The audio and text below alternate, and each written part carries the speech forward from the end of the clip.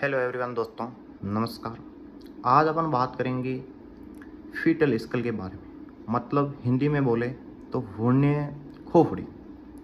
ठीक है, भ्रूण की खोपड़ी। तो फीटल स्कल क्या होता है, इसको आज अपन डिटेल से जानेंगे। सबसे पहले अपन जानेंगे कि फीटल स्कल क्या है। उसके बाद में हम बोन का एरिया के बारे में बात करेंगे। उसके बाद में हम बात करेंगे सीसर्स के बारे में। उसके बाद फंटल्स के बारे में बात करेंगे। ठीक है, तो सबसे पहले अपन शुरू करते हैं कि फीटल स्कल होता क्या। तो ये एक बहुत ही इम्पोर्टेंट टॉपिक है हमारी जनरल नॉलेज के लिए, और हम यदि मेडिकल फील्ड में, नर्सिंग फील्ड में, तो हमारे लिए बहुत ही महत्वपूर्ण टॉपिक और ये इम्पोर्टेंट भी है। और नर्सिंग एग्ज़ाम के अंदर भी ये क्वेश्चन पूछा जाता है, और हमारी जनरल नॉलेज के लिए भी हमको इसके बारे में पता होना ज़रूरी है। तो फीटल स्कल क्या है? तो फीटल स्कल एक बोन या हड्डियों से बनी संरचना है जो फीटस की जो मस्तिष्क होता है, जो ब्रेन होता है, उसको एक सुरक्षित रखने का काम करती है। तो ये बोन से बनी संरचना है जो फीटल स्कल के जो ब्रेन या जो मस्तिष्क होता है उसको सुरक्षित रखने का काम करती है। फीटल स्कल का जो आकार है वो आकार अंडाकार होता है। ठीक है, टर्म डिलीवरी के समय, टर्म डिलीवरी का मतलब होता है जब 9 महीने पूरे हो जाते हैं उसको बोलते हैं टर्म डिलीवरी। टर्म डिलीवरी के समय फीटल स्कल है वो ट्रू पेल्विस की तुलना में बड़ा होता है। ट्रू पेल्विस का मतलब है कि जो बच्चा माँ के जिस रास्ते से बाहर निकलता है, पास आउट होता है, जो पेल्विस वाला भाग है, ट्रू पेल्विस।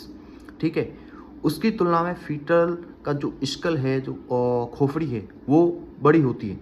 फिर भी वो पास आउट हो जाती है। किसके कारण? मोल्डिंग के कारण। तो वो मोल्डिंग के कारण ट्रू पेल्विस की तुलना में फीटस की स्कल है, जो खोपड़ी है, वो बड़ी होती है, फिर भी वो पास आउट हो जाती है मोल्डिंग के कारण। अब आपके माइंड में एक विचार आया होगा कि मोल्डिंग क्या है। मोल्डिंग क्या है? तो मोल्डिंग का मतलब होता है जो फीटल स्कल की जो बोन है, वो बोन आपस में एक दूसरे के ऊपर चढ़ जाना। क्या? जो बोन होती है खोपड़ी की, स्कल की, वो बोन एक दूसरे के ऊपर चढ़ जाती है, जिसके कारण जो हेड है फीटल पेल्विस का, मतलब जो हेड है, स्कल है, वो बाहर निकल जाता है आराम से। उसके बाद अपन बात करेंगे foetal skull, area of foetal skull. कौन कौन से एरिया होते हैं? तो सबसे पहला एरिया आता है वो आता है ऑक्सीपिट एरिया। कौन सा एरिया आता है? ऑक्सीपिट एरिया आता है। तो जो ऑक्सीपिट एरिया है, ये एरिया कहाँ से कहाँ तक होता है? देखिए कि ये जो ऑक्सीपिट, ये ऑक्सीपिट भाग है, और ऑक्सीपिटल से लेकर लैम्डा, ये लैम्डा है। ठीक है, तो ऑक्सीपिटल से लेकर लैम्डा के बीच का जो एरिया कहलाएगा वो एरिया कहलाएगा ऑक्सीपिट एरिया। कौन सा एरिया कहलाएगा? ऑक्सीपिट एरिया कहलाएगा। दूसरे नंबर आता है वो आता है वर्टेक्स एरिया। कौन सा एरिया? Vertex area. तो वर्टेक्स एरिया लैम्डा से लेकर ब्रेगमा के बीच, ये हो जाएगा ब्रेगमा और ये पीछे वाला हो जाएगा लैम्डा। तो इसके जो बीच का एरिया है, जो भाग है, वो कहलाएगा वर्टेक्स एरिया।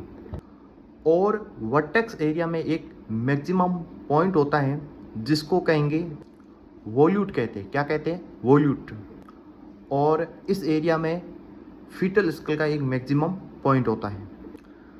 तीसरे नंबर जो एरिया आता है उस एरिया का नाम है ब्रो एरिया। स्पष्ट हो गया? ब्रो से ब्रो एरिया। तो ब्रो एरिया क्या होता है, कहाँ से कहाँ तक होता है? तो जो ब्रो एरिया है, ये मतलब ये जो एरिया है ब्रो एरिया, ब्रेगमा से लेकर गलेबेला तक होता है। कहाँ से कहाँ तक? ब्रेगमा से लेकर गलेबेला। ब्रेगमा ये हो गया, अब गलेबेला ये हो गया। ठीक है, ये गलेबेला और ये ब्रेगमा। इसके जो बीच का एरिया है वो कहलाएगा ब्रो एरिया। कौन सा एरिया? Bro area.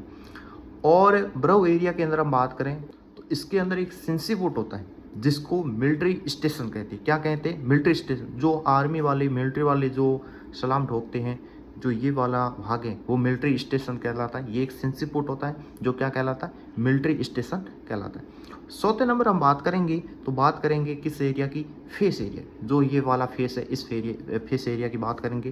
तो फेस एरिया कहाँ से कहाँ तक होता है? तो पहले हम बात करी थी गलेबेला, तो ये गलेबेला ये था। तो अब हो गया सब मैंडम। सब मैंडम से लेकर गलेबेला के बीच का जो एरिया है ये एरिया कहलाएगा फेस एरिया। तो ये 4 एरिया थे। सबसे पहला हो गया ऑक्सीपिट एरिया, दूसरा हो गया वर्टेक्स एरिया, तीसरा हो गया ब्रो एरिया, चौथा हो गया फेस एरिया। तो इन एरिया के बारे में आज अपन डिटेल से जाने गए। अब आगे हम बात करेंगे किसके बारे में, स्यूसर्स के बारे में। तो स्यूसर्स क्या होते हैं कि जो जहाँ पर दो बोन आपस में जुड़ती है, मिलती है, उसका जो बॉर्डर होता है वही स्यूसर्स कहलाता है। ठीक है, तो हेड की जहाँ दो बोन मिलती है वो स्यूसर्स कहलाता है। और ये एक फाइब्रस जॉइंट होता है जो दो हड्डियों को जोड़ने का काम करती है। फीटल स्कल में निम्न प्रकार के स्यूसर्स होते हैं, तो कौन कौन से हैं अपन अभी जानेंगे। सबसे पहले अपन बात करेंगे फ्रंटल स्यूसर्स के बारे में। फ्रंटल स्यूसर्स, ये जो फ्रंटल बोन है इनके जो बीच का स्यूसर्स है वो क्या, कौन सा स्यूसर्स कहलाएगा, फ्रंटल स्यूसर्स। दूसरे नंबर आता है सेजाइटल स्यूसर्स। दो पैराइटल बोन के मध्य जो स्थित लाइन है, जो बॉर्डर होता है, जो बीच की जो लाइन है वो क्या कहलाएगी, सेजाइटल। पैराइटल बोन, ये हेड की ये दो पैराइटल बोन है, इसके बीच की जो स्यूसर्स है, जो भाग है, जो मिलने का काम करता है, जो बॉर्डर है, वो कहलाएगा सेजाइटल स्यूसर्स। तीसरे नंबर जो स्यूसर्स आता है जिसका नाम है लैम्बडोइडल स्यूसर्स।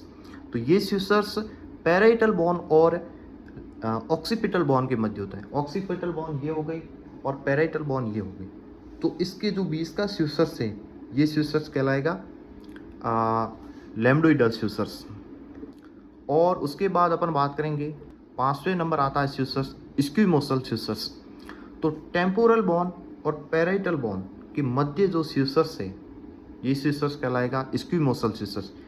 ये पैराइटल स्यूसर्स मतलब बोन हो गई कान वाली, और सॉरी ये हो गई पैराइटल बोन और ये हो गई टेम्पोरल बोन। इसके जो बीच का स्यूसर्स है वो कहलाएगा आपका स्क्विमोसल स्यूसर। तो ये स्यूसर्स दो होते हैं, एक ये टेम्पोरल वाला हो गया और एक ये टेम्पोरल वाला, दो स्यूसर्स हो गए। ठीक है, तो ये आपका होगा स्क्विमोसल स्यूसर्स बोलेंगे इसको। स्यूसर्स के बाद में हम बात करेंगे फंटनल के बारे में। किसके बारे में, फंटनल्स के बारे में। किसके बारे में, फंटनल्स के बारे में। तो फंटनल्स क्या होता है कि जहाँ पर स्यूसर्स आपस में मिलती है और उस स्थान पर जो खाली स्थान होता है, जो खाली जगह होती है, उसको कहेंगे फंटल्स। ठीक है, और नॉर्मली जो फंटल्स है वो समतल होते हैं, फ्लैट होते हैं। ठीक है, डिहाइड्रेशन, पानी की कमी में, यदि बच्चे में पानी की कमी है तो फंटल्स है वो अंदर धंसा हुआ होगा। ठीक है, और यदि पानी की मात्रा ज़्यादा है तो फंटल्स है वो उभरा हुआ होता है, अंदर धंसा हुआ है, जिसको अपन अंग्रेजी में डिप्रेस बोलेंगे। और यदि फंटल्स उभरा हुआ है जिसको अपन हाइड्रोसेफेलस बोलेंगे। और न्यूबॉर्न के अंदर कुल 6 फंटल्स होते हैं। एक एंटेरियर होता है और एक पोस्टेरियर होता है, स्टेरॉइडल 2 और स्पेनोइडल 2। अपन ने बॉन के बारे में बात कर ली, स्यूसर्स के बारे में बात कर ली और फंटल्स के बारे में बात कर ली। अब अपन बात करेंगे अंतर के बारे में। किसका अंतर होगा, वो होगा एंटेरियर फंटल्स और पोस्टेरियर फंटल्स। ठीक है, इन दोनों के बीच में अंतर के बारे में अभी अपन बात करेंगे। जो एंटेरियर फंटल्स है को ब्रेगमा के नाम से जाना जाता है और जो पोस्टेरियर फंटल्स है उसको लैम्डा के नाम से जाना जाता है। ठीक है, और जो एंटेरियर फंटल्स है ये त्रिभुजाकार होता है। कैसा होता है, सॉरी त्रिभुजाकार नहीं, शत्रुभुजाकार।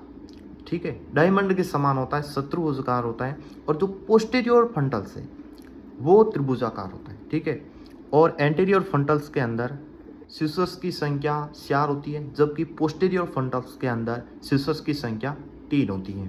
तो एंटेरियर के अंदर एक तो हो जाएगी एक हो जाएगी सेजाइटल, 2 हो जाएगी कोरोनल, जबकि पोस्टेरियर फंटल्स के अंदर एक सेजाइटल स्यूसर्स और 2 हो जाएगी लैम्बडोइडल, कुल हो गई 3। जो एंटेरियर फंटल्स है इसके अंदर एंटेरियर पोस्टेरियर जो डायमीटर है वो 3 से 4 मीटर सेंटीमीटर होता है। पोस्टेरियर फंटल्स के अंदर इसमें एंटेरियर जो पोस्टेरियर फंटल्स है उसकी जो 1 से 2 सेंटीमीटर होता है। एंटीरियर जो फ्रंटल्स है ये वाला, ये बच्चे के अंदर 12 से 18 महीने के भीतर जो ये फ्रंटल्स जो खाली स्थान होता है वो भर जाता है, अपने आप भर जाता है। और जो पोस्टीरियर फ्रंटल्स होता है वो 6 सप्ताह या 1.5 महीना के अंदर जो ये वाला होता है फ्रंटल्स वो अपने आप भर जाता है। ठीक है, तो एंटीरियर फ्रंटल्स यहाँ, पोस्टीरियर फ्रंटल्स यहाँ होते हैं। इसको ब्रेगमा के नाम से जाना जाता है, जबकि इसको लैम्डा के नाम से जाना जाता है। तो आज अपन ने जो बात की है वो बात की है फीटल स्कल यानी भ्रूणीय खोपड़ी के बारे में। ये बहुत ही इम्पोर्टेंट वीडियो था, और आपको यदि नोट्स बनाने तो आप नोट्स भी बना सकते हैं, और हर नर्सिंग एग्ज़ाम के अंदर भी ये क्वेश्चन पूछा जाता है, और हमारी जनरल नॉलेज के लिए भी ये बहुत ही इम्पोर्टेंट था। और आपको किसी प्रकार का कोई डाउट है या आपको कुछ पूछना है तो आप हमारी वीडियो के कमेंट बॉक्स में कमेंट ज़रूर करें, ताकि हमको भी पता चल सके और आपका डाउट क्लियर कर सकें। आप हमारी वीडियो को या हमारी चैनल पर आप पहली बार आए हो तो वीडियो को लाइक करें, शेयर करें, और हमारी चैनल को सब्सक्राइब ज़रूर करें, ताकि हमको भी एक मोटिवेशन मिल सके और इसी प्रकार जो नया वीडियो आएगा उसका नोटिफिकेशन आपको मिल सके। तो आज के लिए इतना ही, धन्यवाद।